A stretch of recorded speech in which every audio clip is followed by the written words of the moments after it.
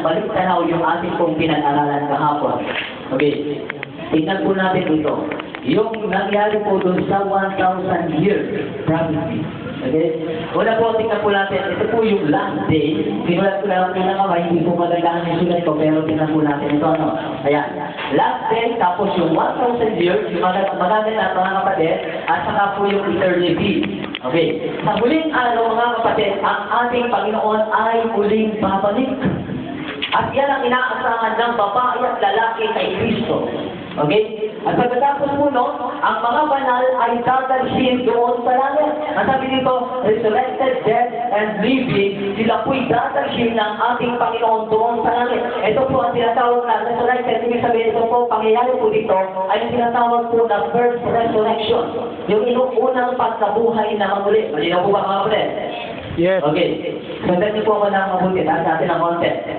Okay. Pagkatapos po, pag nabuhay na o dinala ng Panginoon, ang mga banal, mga kapatid, yung pinuhay ng Panginoon at saka yung mga banal na sumalubog sa Panginoon sa hangin, yung mga makasalanan mga kapatid ay papatayin ng Panginoon.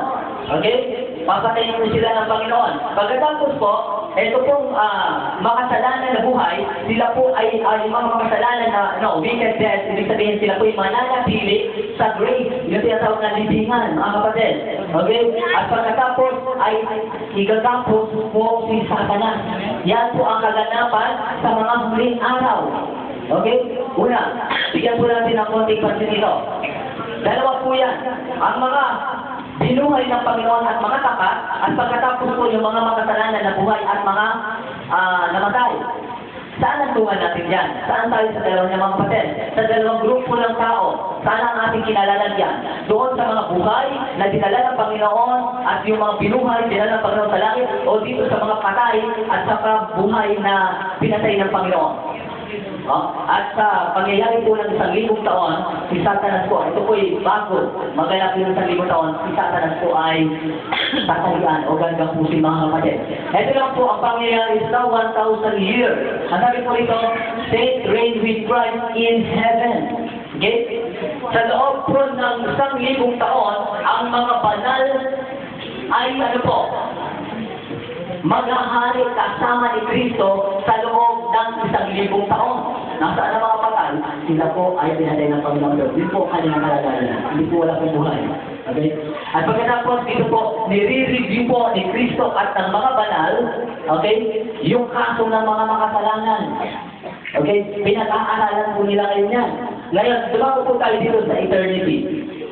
Ito naman po yung tinatawag na second resurrection na magaganap. Kanino kaya yun? Kung nandun ang sa langit, kung nandun sa langit yung banal at saka yung mga binuhay ng Panginoon, so ibig sabihin yung second resurrection mga kapatid ay para doon sa mga makasalanan. Tingnan po natin ito. Okay. Christ, Saint, City, Descent. Kapag sinabing descent, ano yun sa Tagalog? Ascent. Pababa.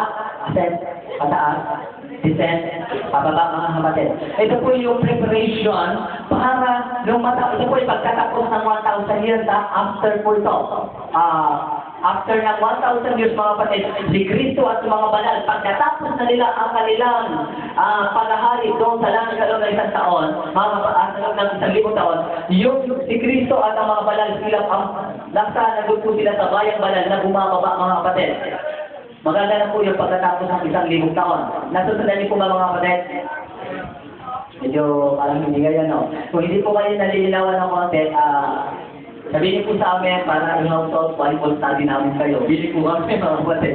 Okay, then after po nito, yung mga patay, makasalanan mga kapatid, ay bubuhayin ng Panginoon. Kanina, no? Doon po, sila po ay mga pinatay ng Panginoon, yung mga makasalanan. At saka yung mga patay na, hindi na sila binuhay ng Panginoon, sila po ay, nasa kalagayan na doon, no? Sa libingan. Pagkatapos, ito na, habang bumababa na yung bagong Jerusalem, lalo si Kristo at ang mga banal mga kapatid, yung mga makasalanan ay bubuhayin ng Panginoon. Samantalang si Satanas ay nakagapos, siya po ay pakakawalan. At pagkatapos po, si Satanas at yung mga tao na mga binuhay ng Panginoon, no, na mga kasalanan, sila po ay mag-aaklas para atakihin ang bayang banal. Okay, kagabi po pinag-aralan natin yung tinatawag po na